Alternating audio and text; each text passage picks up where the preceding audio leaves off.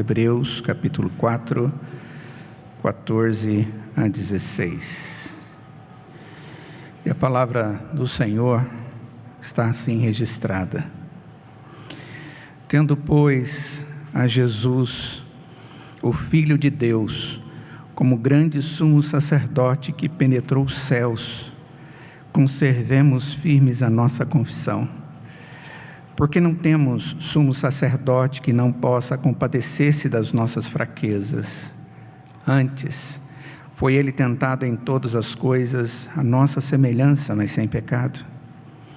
Acheguemo-nos, portanto, confiadamente junto ao trono da graça, a fim de recebermos misericórdia e acharmos graça para socorro em ocasião oportuna.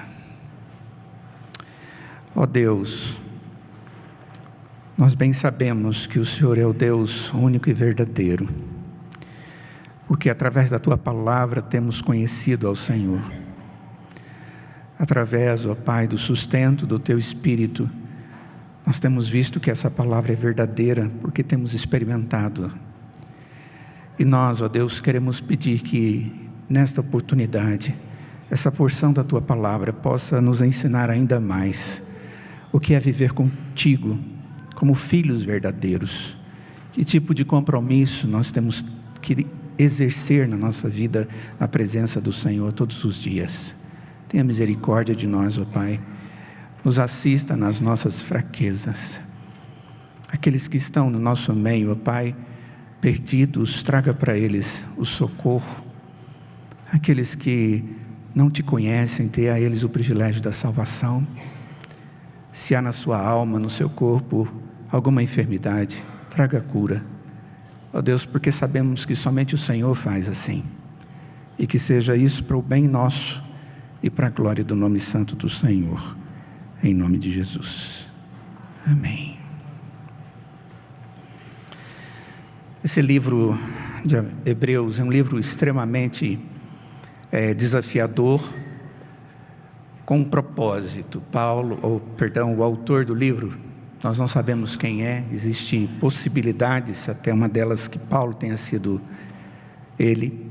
Uma coisa que sabemos é que o autor, ele foi usado pelo Senhor, e esse livro inspirado está aqui como palavra de Deus.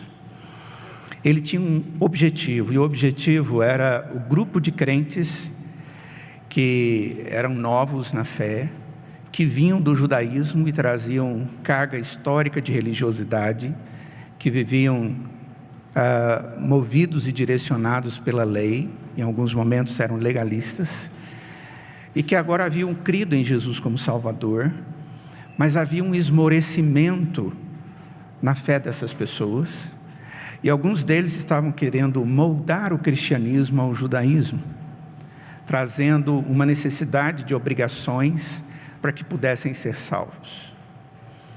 Outra coisa, o autor tinha a intenção de mostrar àquelas pessoas que rodeavam a igreja de que Jesus era verdadeiramente o Filho de Deus que havia sido prometido no Antigo Testamento, o Messias, o Evangelho, as boas novas de Deus.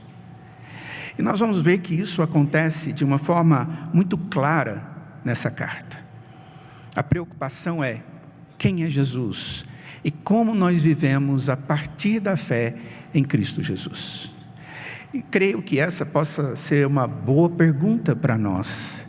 Quem é Jesus para você? E como você vive tendo Ele, se você crê nele como Deus e seu Senhor? Como você tem vivido esses dias da sua vida com o Senhor? Nós somos desafiados diante de situações e dificuldades, e algumas vezes a nossa fé é balançada, e o nosso comportamento cristão não fica tão correto, tão adequado. Qual deve ser a motivação para que isso ocorra? É exatamente isso que o autor de Hebreus tem aqui nessa parte. Se nós olharmos só 2 textos aqui na carta aos Hebreus, no capítulo 6, nós vamos encontrar no finalzinho do 5, a última parte do 5, o autor fala aos cristãos que não tinham progredido. Eles haviam recebido o Evangelho, eles haviam crido no Evangelho, e eles já tinham uma certa caminhada no Evangelho, e o autor vai dizer que eles até mesmo deveriam ser mestres, verso 12 do capítulo 5. Ou seja, eles já tiveram tanto tempo, já ouviram tanto o Evangelho, que o que se esperava deles é que eles pudessem estar ensinando a outras pessoas aquilo que já receberam durante tanto tempo. Mas, diz o texto, não, esses crentes ainda são muito frágeis. São tão frágeis que eles estão precisando ouvir novamente, eles têm necessidade, diz o texto, de que alguém vos ensine de novo as mesmas coisas. Então o texto está falando de um grupo que recebeu Jesus como Salvador, um grupo que amou a Cristo como Salvador, mas um grupo que não se aprofundou no conhecimento de Cristo ao ponto de ser instrumento de proclamação do Evangelho. Capítulo 6, a partir do verso 4, ele vai falar para um outro grupo de pessoas que havia recebido o Evangelho e que havia vivenciado o Evangelho de maneira muito profunda, muito intensa, ao ponto de ele dizer que essas pessoas foram iluminadas de alguma forma enquanto viviam na igreja. Eles viram isso, eles viram o dom celestial de Deus ser manifesto no meio da igreja, eles se tornam participantes do Espírito de Deus, e diz o texto que esses não deram muita bola no final. Eles deixaram essa verdade, eles nunca foram cristãos verdadeiros, apesar do Evangelho, apesar da graça, apesar do poder de Deus que era manifesto no meio deles. E o texto diz, esses que margeiam a fé, mas nunca creem verdadeiramente para a salvação, para eles não tem expectativa, a não ser juízo. E depois, no finalzinho, a partir do verso de número 9, ele diz, quanto a vós outros. E aí ele fala de um grupo muito interessante. E esse grupo é interessante pelo fato de, segundo ele, serem os amados, aqueles que estão persuadidos das coisas que são melhores, pertencentes à salvação, ainda que ele fale desse jeito. E o que essas pessoas fazem? Elas trabalham, elas servem aos outros e elas testemunham às outras. No meio da igreja existe exatamente esse tipo de situação. Nós encontramos aqueles que ouvem o Evangelho, creem no Evangelho que é Cristo Jesus, recebem a salvação, mas eles não laboram a sua vida espiritual. São aqueles que Paulo lá atrás, em 1 Coríntios capítulo 3, diz que eles vão entrar no céu, mas vão ter as suas obras queimadas, porque o que eles construíram não passou de feno, de palha, de alguma coisa que se queima. Mas eles vão passar como que chamuscados, mas vão ser salvos. E na igreja nós temos aqueles que adoram vir na igreja, adoram conviver com os crentes, adoram ouvir a palavra de Deus, porque ela sabedoria, ela conforta a alma. Eles gostam de ver Deus manifestando o seu poder no meio do seu povo, mas essas pessoas não aceitam. Lá no final elas dizem, eu vou levar a vida do jeito que eu quero, eu não entrego totalmente o meu coração, eu tenho uma expressão de religiosidade, mas não uma expressão própria da alma transformada. E o último grupo são aqueles que servem, mas eles aprenderam isso porque eles cresceram no Evangelho, amaram cada vez mais a Jesus e foram transformados. Quando nós vamos para o capítulo 10, nós vamos encontrar novamente uma palavra, e uma palavra que fala do contexto que havia ali. E no verso 26 em diante fala do castigo do pecado voluntário, daquele pecado desejado. E mais uma vez a carta está sendo escrita a pessoas que se espera crer, ou aqueles judeus que estão ao redor vivendo mais ou menos. Ele diz, se vivemos deliberadamente em pecado, depois de termos recebido o pleno conhecimento da verdade, já não resta sacrifício pelos pecados. Ao analisar esse texto, e alguns escritores, eles dizem que esta palavra está sendo direcionada a alguns judeus que até mesmo viram em Jesus o Redentor, o Messias prometido, mas eles ainda estavam vivendo segundo a lei. Tanto é que depois ele vai questioná-los. Se vocês não estão conseguindo fazer nada quanto à lei, quanto mais diante da graça que lhes foi revelada. E é exatamente no meio desse contexto que também nos afeta. Nós temos essas pessoas no nosso meio, e essas pessoas somos nós. É que o autor, no capítulo 4, fala essas palavras a partir do verso de número 14. E o que ele diz? Ele nos diz aqui no texto quais são as motivações dadas por Deus para que nós pudéssemos ou possamos perseverar. Observe bem que no verso de número 14, ele termina dizendo: conservemos firmes a nossa confissão. Esse é o centro desse bloco de raciocínio, dos versos 14 a 16. O alvo do autor é dizer que os crentes, eles não podem tirar da frente deles o alvo, que é a salvação e a confissão de salvação que nós temos dos nossos lábios. Isso talvez não tenha tanto peso para nós hoje, que vivemos no mundo que nos rodeia, no mundo chamado cristão, onde nós falamos que somos crentes tranquilamente. Esse é um testemunho fácil, é até mesmo agradável dizer para as pessoas que temos Jesus como Salvador no Brasil. Só que naquela época, confessar Jesus Cristo e sustentar a confissão de que Ele é o nosso Salvador, de que Ele era o Salvador deles, tinha um peso, tinha um preço. O preço podia ser a perseguição, podia ser aquela pessoa ser colocada de lado pela sociedade, ele era um excluído da sociedade, ele não podia fazer muitas coisas. E alguns podiam até mesmo, depois de ser preso, ser jogado às feras, lançado num lugar para ser mortos por outros homens, ou coisas dessa natureza. O autor está dizendo a eles que nada pode tirar a alegria do cristão de testemunhar que ele é do Senhor Jesus. E que Ele é Senhor da sua existência. Isso nos leva a pensar um pouco sobre o nosso dia a dia. E no nosso dia a dia, nós temos várias oportunidades para viver o Evangelho e para testemunhar o Evangelho. Como isso se dá? Quais são os desafios que temos? Primeira coisa, ele vai nos dar aqui 3 razões pelas quais nós devemos perseverar na fé. A primeira coisa que o autor diz é que a perseverança na fé é, antes de tudo, uma ordenança, uma obrigação para o cristão. A segunda coisa que nós vamos ver, e é argumento do autor, é que nós devemos perseverar na fé, porque foi feita uma obra perfeita, inigualável, singular em Cristo Jesus. E essa obra está pronta, é eficaz e já foi feita. Uma obra já passada, mas que no presente já nos dá tudo aquilo que precisamos. E o terceiro argumento é, esse mesmo Deus que na história fundou-a, criando todas as coisas, inclusive nós, que no devido tempo enviou o seu Filho para morrer na cruz em nosso lugar, Ele ainda atua na vida daquele que crê nele como seu Salvador.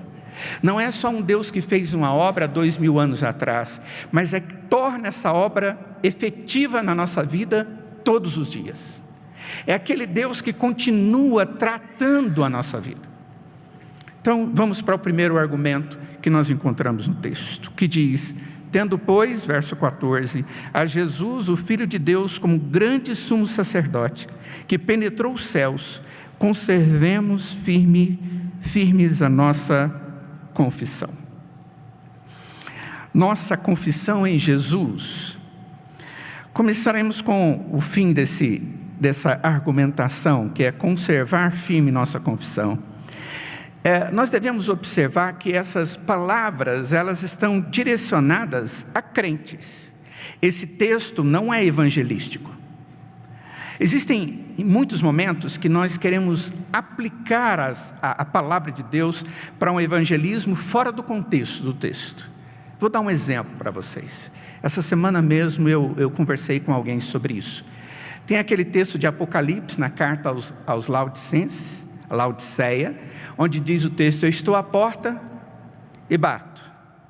Aquele que abrir a porta, eu entrarei, cearei com ele. Muitas vezes você vê esse texto sendo usado como uma base para o evangelismo. E as pessoas dizem: abre a porta do seu coração.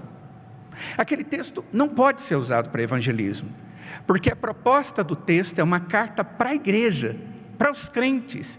O texto está falando ali de santificação e não de conversão. A conversão já existia. Nós temos que ter cuidado com isso, porque algumas vezes nós usamos inadequadamente a Escritura.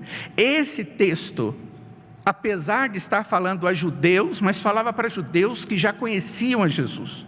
E estes agora deveriam permanecer na fé. E esta é uma ordenança de Deus, não é um possível, é um desejo claro e positivo de Deus. E não é uma ordem tão simples assim. Ela é complexa, mas é para ser cumprida. Não podemos receber esta exigência de Deus de maneira relaxada, despretensiosa. Nós devemos, diz o texto, conservar. E a ideia aqui de conservar é manter num lugar protegido para que nada aconteça. Essa ideia conservar significa totalmente protegido para que nada se perca. A minha salvação e a minha confissão é baseado no objeto. Esse objeto é Cristo, é meu Redentor, é meu Salvador, e eu mantenho a fé nele no meu coração de forma protegida. Conservar nossa confissão, isso sugere uma situação de dificuldade, porque aponta para um esforço, para um ato de dedicação. E vida cristã, irmãos, como ordem a partir da fé, ela exige de nós dedicação. Se vocês observaram bem, toda a liturgia até aqui, todos os cânticos que foram cantados, os textos que foram lidos, falam de uma ação graciosa de Deus, que nos sustenta, que nos abençoa, que nos protege. Essa era a linguagem daqueles 3 salmos. Porque essa é a verdade. Mas esse Deus que nos salva, Ele nos protege, Ele nos conserva diante de uma situação de dificuldade, de luta, de batalha espiritual. O apóstolo Paulo, em Efésios capítulo 6, quando ele fala aos crentes a respeito da vida espiritual, ele acaba no capítulo 6 falando a respeito da batalha espiritual e como Deus nos dá os elementos para que possamos viver, nos protegendo e protegendo o Evangelho. E cada uma delas vem do propósito de Deus. É a palavra, é a verdade, é essa atitude de Deus que nos qualifica para tanto. Essa advertência está dentro de um contexto, e o contexto é, tendo pois. É assim que ele começa aí no verso de número 14, tendo pois. E ele aponta para algo que já foi dito anteriormente, mais especificamente no capítulo 3, no verso 7. Abram lá comigo.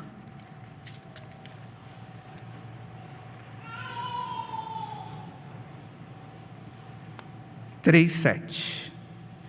Assim, pois, como diz o Espírito Santo, hoje, se ouvires a sua voz, não endureçais o vosso coração, como foi na provocação no dia da tentação no deserto, onde os vossos pais me tentaram, pondo-me à prova, e viram as minhas obras por 40 anos. Por isso, me indignei contra essa geração e disse: estes sempre erram no coração, eles também não conheceram os meus caminhos. E eram os pais deles que faziam parte da promessa. O contexto é de uma necessidade de nós vivermos uma vida segundo o autor da vida, mas baseado na ordem dele e na suficiência da graça dele para que isso possa funcionar. Quando Israel esteve no deserto, quando eles atravessaram o Sinai, depois de serem libertos do Egito, vocês sabem, se lembram muito bem, que em momento algum Deus deixou de cuidar deles.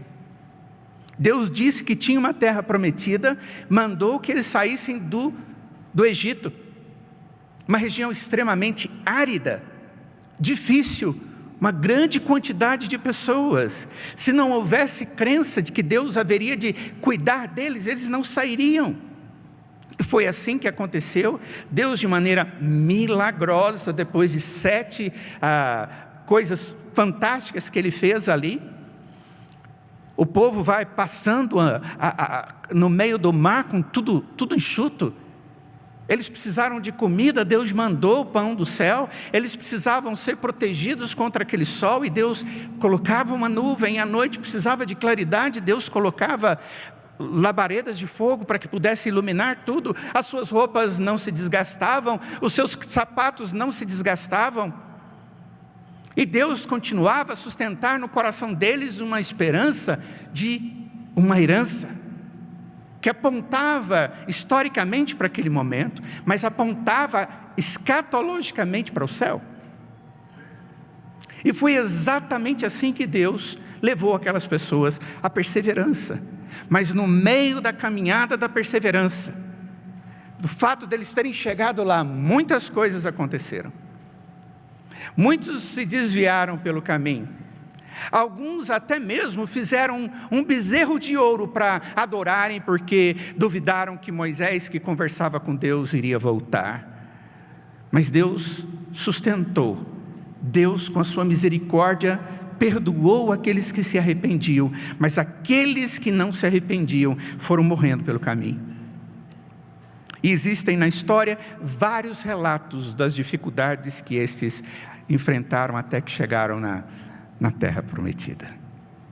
Irmãos, nós alcançamos a alegria de mantermos a confissão da nossa salvação diante de qualquer circunstância, porque Deus quer, e esse Deus nos habilita para tal. Quem se sustenta na vida do espiritual não sou eu, nem é você, mas é o Espírito de Deus que nos sustenta. Esse Deus é o Deus de toda providência, e o autor de Hebreus, ele usa exatamente esses eventos históricos para demonstrar para eles estas coisas, e diz para eles: olha, agora já é tempo de ouvir, então ouça. Para de ficar fazendo questionamentos ou duvidando. Quem tem ouvidos para ouvir, ouça. Ouça, isso é muito importante. Essa comparação, ela tem um duplo sentido. De um lado, o autor leva-nos a ver que a igreja foi liberta pelo pecado. Nós fomos libertados do pecado. Isso tudo pela bondade de Deus. E pela mesma bondade, Israel foi liberta do cativeiro no Egito. Irmãos, a outra coisa que nós podemos ver aqui no texto é que esse confirmar da fé é uma expectativa de Deus por nós, mas no fundo do nosso coração, porque agora temos o Espírito habitando em nós, é a nossa expectativa. Mas quando olhamos para o nosso próprio pecado, nós sentimos um pouco fragilizados. Olhem, por favor, no verso 11, do capítulo 4. Diz o texto: esforcemo-nos, pois, por entrar naquele descanso, a fim de que ninguém caia, segundo o mesmo exemplo de desobediência. O autor diz: olha, teve muitos pais que desobedeceram e deixaram maus exemplos, mas nós vamos nos esforçar para entrarmos no descanso, ou seja, até o lugar onde Deus tem preparado para vivermos com Ele.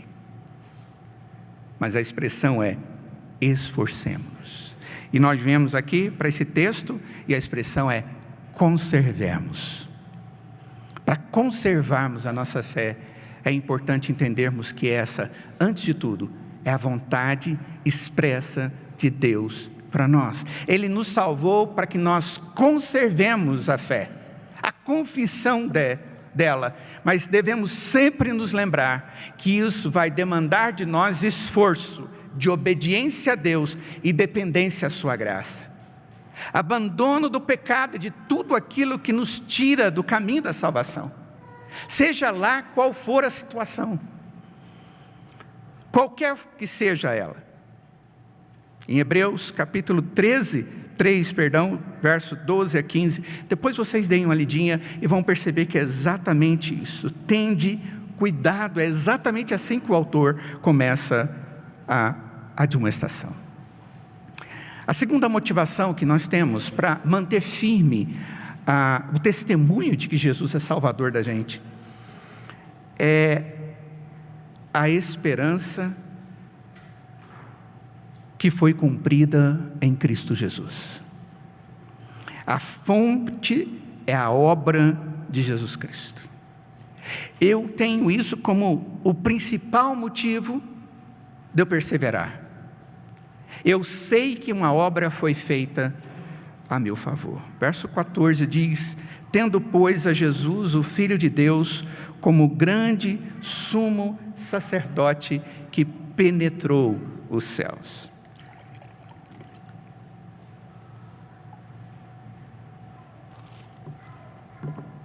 A ideia aqui do texto é que o sumo sacerdote, quando essa expressão é usada no livro de Hebreus, isso se refere a Jesus. O que é um sacerdote? Sacerdote no Antigo Testamento era aquele que era designado para agir como mediador entre o povo e Deus. Eles eram aqueles que eram preparados para que pudessem oferecer os sacrifícios na presença de Deus, oferecer as orações na presença de Deus, as suas próprias orações e as orações do povo de Deus. Então o sacerdote, ele é mediador, é aquele que fica mediando entre um e outro, entre o pecador e o Deus perdoador.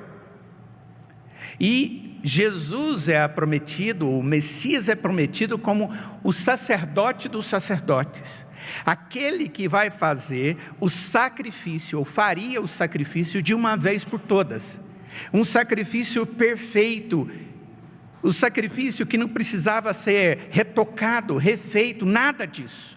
Ele é o sacerdote maior. Existia essa expressão, sacerdote e sumo sacerdote. O sumo sacerdote no Antigo Testamento era aquele que entrava uma vez por ano para fazer orações pelo povo. O sumo sacerdote. E agora o texto diz: veio o sumo sacerdote de todos, aquele que faz a obra final.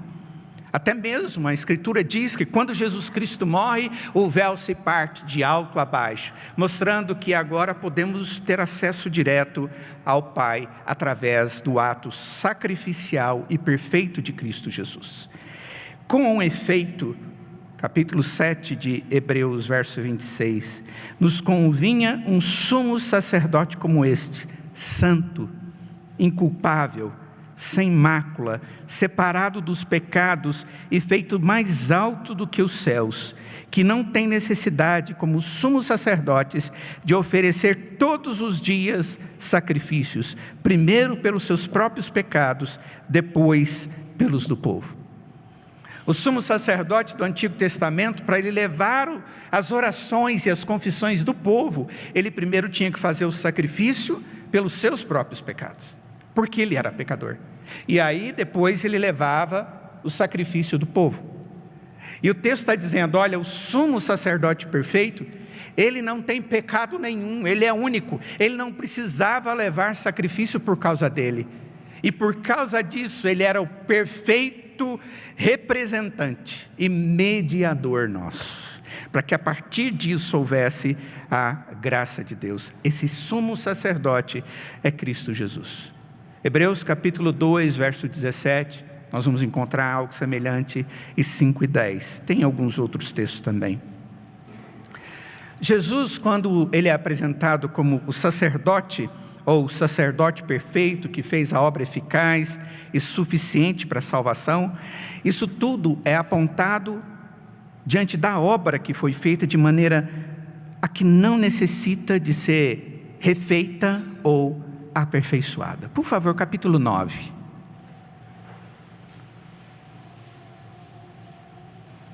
Verso 27.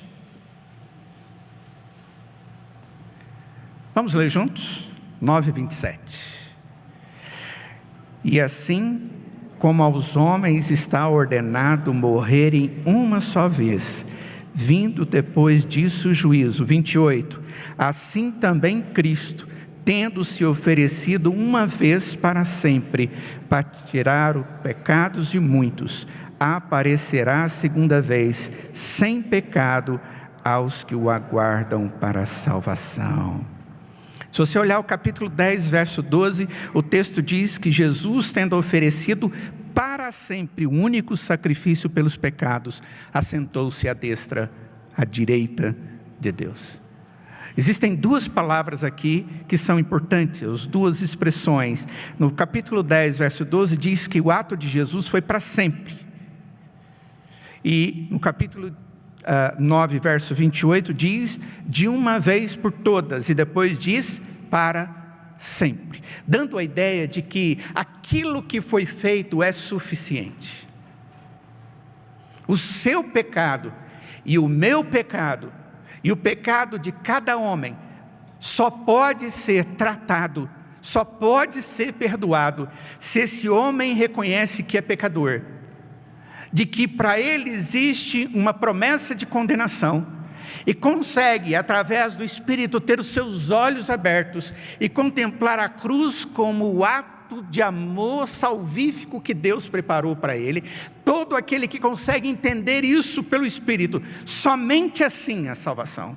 Não existe outra forma, não existe outra expectativa. E outra coisa, além de ser única, ela é uma obra feita por Deus e é perfeita.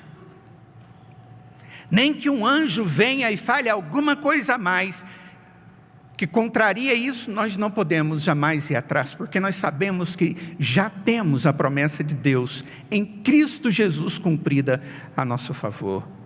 A palavra do Senhor diz que aquele que crê no Senhor Jesus é salvo. Aquele que crê no Senhor Jesus, mesmo que ele morra, ele vai viver, porque ele vai ser transformado pelo Senhor e levado para a eternidade. E essa é uma certeza que nós devemos ter. Existem alguns momentos na vida em que as provações são capazes de balançar a fé dos mais fortes crentes que possam existir sobre a face da terra. E eu creio que alguns de vocês já tenham visto isso acontecer na vida de alguns amados irmãos. Existem situações que conseguem nos abalar emocionalmente, fisicamente, espiritualmente. Faz com que a nossa vida fique de uma forma tão estranha que nós começamos a pensar: será que Deus se esqueceu? Depois eu começo a pensar: será que existe Deus? Será que vale a pena continuar existindo Deus? Isso pode acontecer com o coração de cada um de nós, porque nós somos frágeis. Mas quando Deus age no nosso coração, mesmo que no nosso coração haja uma tendência de incredulidade, dadas as dificuldades, Deus, com a sua graça, vai restaurar isso, a sua confiança nele, porque a obra dele é perfeita. É perfeita, e é ele que cuida de nós. Não é a igreja, não é o irmão, não é nada disso. É o Espírito de Deus, o próprio Deus. A obra que Deus fez pela sua vida é perfeita. Eu quero dizer uma coisa para você, amado irmão. Se você tem vivido alguma coisa, algum pecado, alguma coisa que é contrária à palavra de Deus, mesmo sendo um crente, você precisa se lembrar que você precisa se arrepender e voltar para o Senhor, porque esta é a oportunidade que você tem de viver em paz consigo mesmo, mas acima de tudo, na sua comunhão com o Senhor. Abandonar o que não é justo e viver a justiça do Senhor, segundo a graça dele. E a promessa dele é: ele perdoa. Se o meu povo, que se chama pelo meu nome, fizer o quê? Se humilhar. Fizer o quê? se arrepender do mal e orar, eu dos altos céus vou ouvir. É essa a palavra que Deus traz. E essa é a segunda motivação maravilhosa, é a principal delas. A obra de Jesus já foi feita. Ela é eficaz. Ela é gloriosa. Eu não tenho nada para oferecer para Deus em troca. E nem preciso, porque o que Ele me deu, Ele o deu por graça. E graça maravilhosa. Louvado seja o nosso Deus. Terceira e última motivação que o texto traz. Olhem bem o verso 15, diz: porque não temos sumo sacerdote que não possa compadecer-se das nossas fraquezas. Antes foi ele tentado em todas as coisas a nossa semelhança, mas sem pecado. Acheguemo-nos, portanto, confiadamente junto ao trono da graça, a fim de recebermos misericórdia e acharmos graça para socorro na ocasião oportuna. E sabe qual é a ocasião oportuna? É hoje, é amanhã, é depois de amanhã, e depois de amanhã, porque todos os dias nós dependemos da graça, da misericórdia de Deus. E ela é encontrada, segundo esse texto, sempre que nós nos aproximamos do trono de Deus, que é chamado de trono da graça. E essa é a motivação de que Jesus continua fazendo a sua obra eficaz e aplicando a sua graça nas nossas vidas. Não há nada que possa me arrancar das mãos do Senhor. Nada, nenhum poder, nenhuma potestade, nem eu mesmo, porque Deus está trabalhando a minha essência, a minha natureza. Ele me regenerou, Ele regenerou vocês que creram no Senhor Jesus. Então, saiba que o mesmo Deus que agia assim um dia, lhe dando a oportunidade de ter o seu coração receptivo ao Evangelho, e deu a você a oportunidade de você derramar-se diante dEle, e dizer: creio em Ti, Senhor. Não compreendia, nunca percebi essa mensagem, mas hoje o Senhor me deu esse privilégio. Tenha misericórdia de mim. Esse Deus maravilhoso é o Deus que vai sustentar essa fé e esse testemunho de fé. Nós perseveramos por causa da continuidade, da eficácia da obra de Cristo sobre nós, todos os dias, a cada momento. Como é bom isso! Capítulo 7, verso 25 de Hebreus.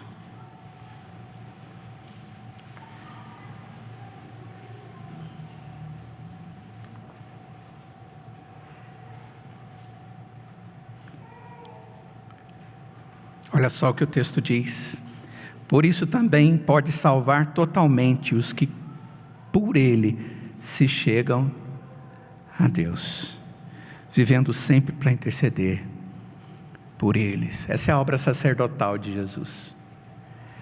Jesus sempre vai estar intercedendo por nós, aqueles que o Pai os fez chegar até a sua presença através do Filho. O autor de João, próprio João na sua carta, quando fala da obra de Jesus por nós, ele está falando a respeito dos pecados no capítulo 1, e aí começa o capítulo 2, ele diz: filhinhos meus, estas coisas vos escrevo. Ele está falando para os crentes, para que não pequeis. Cristão peca, ainda estamos no processo de santificação. Se todavia alguém pecar, diz a Escritura, temos advogado junto ao Pai. E ele diz que é um advogado, Jesus Cristo, o justo. E Ele é a propiciação pelos nossos pecados, e não somente pelos nossos próprios, mas ainda pelos do mundo inteiro. Aquele sumo sacerdote que fez o sacrifício de uma vez por todas, é aquele que continua intercedendo por nós na presença do Pai, quando nós pecamos. é aquele que continua a sua obra. Sabe por que Jesus intercede por nós? Porque Ele conhece o peso das nossas necessidades, e Ele se compadece de nós, diz o verso 15 do capítulo 4 de Hebreus.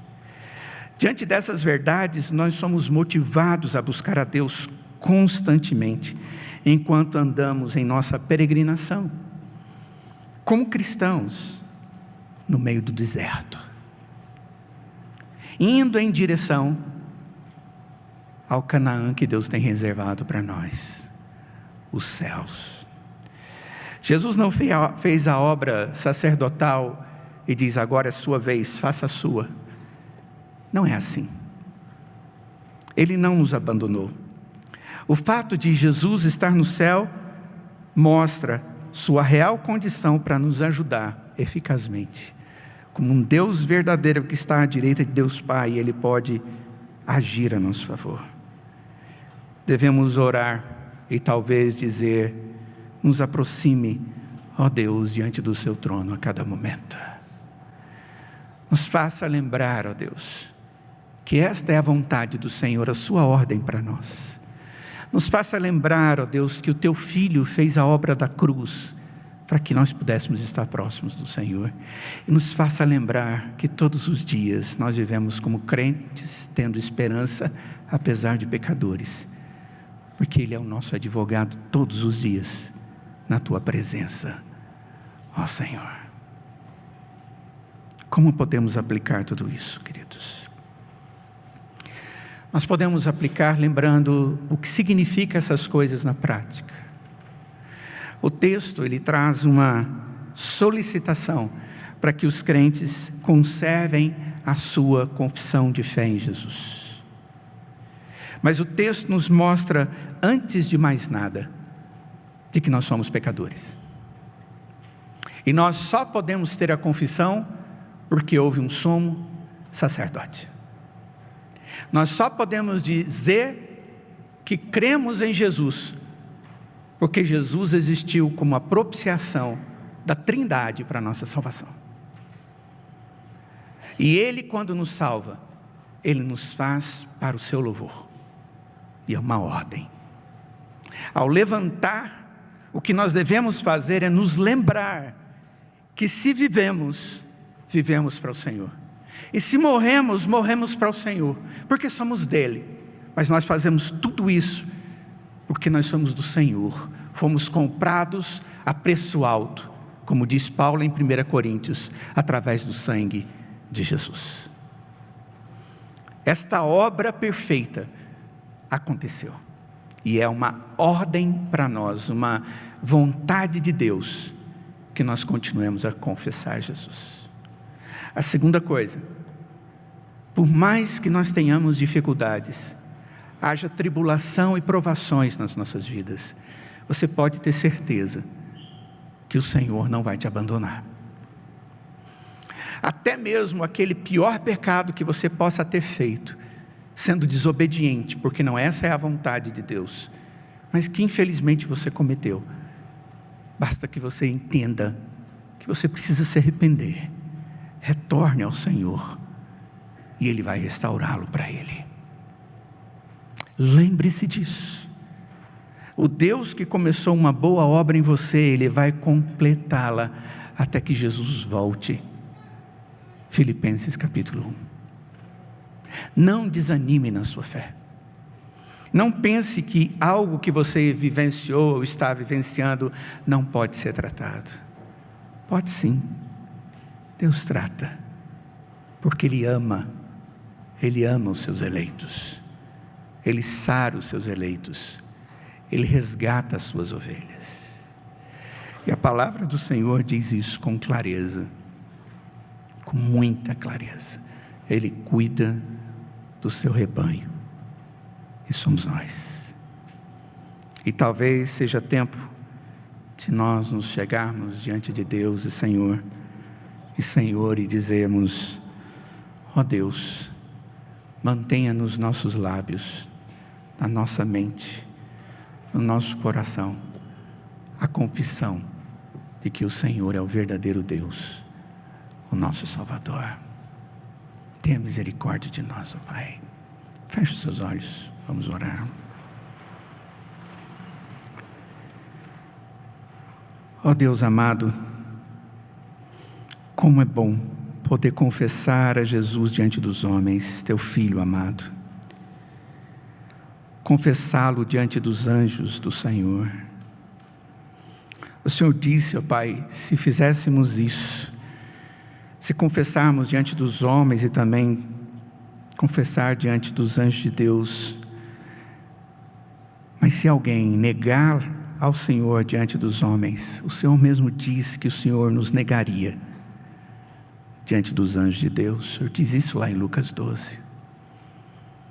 Nós não queremos ser negados, em momento algum queremos negar o Senhor e a Tua graça. O que nós desejamos, Senhor, é perseverar no testemunho que nós temos recebido do Senhor e no nosso coração, no nosso espírito, através do Teu Espírito, de que somos o Seu povo. Nós somos o rebanho do Teu pastoreio.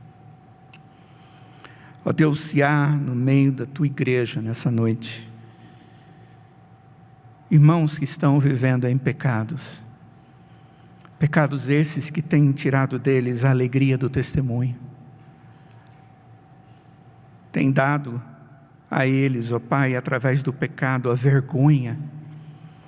Ó Deus, tenha misericórdia dessas pessoas, esteja restaurando-os para o Senhor, ó Pai. Ajuda-os a confessar isso na Tua presença e a desfrutarem do refrigério que vem do Teu trono de graça. Ó Deus, obrigado, porque nós viemos aqui, nós cultuamos ao Senhor, nós ouvimos a Tua palavra. Nós Te louvamos por isso, ó Pai, imploramos em nome de Jesus. Amém.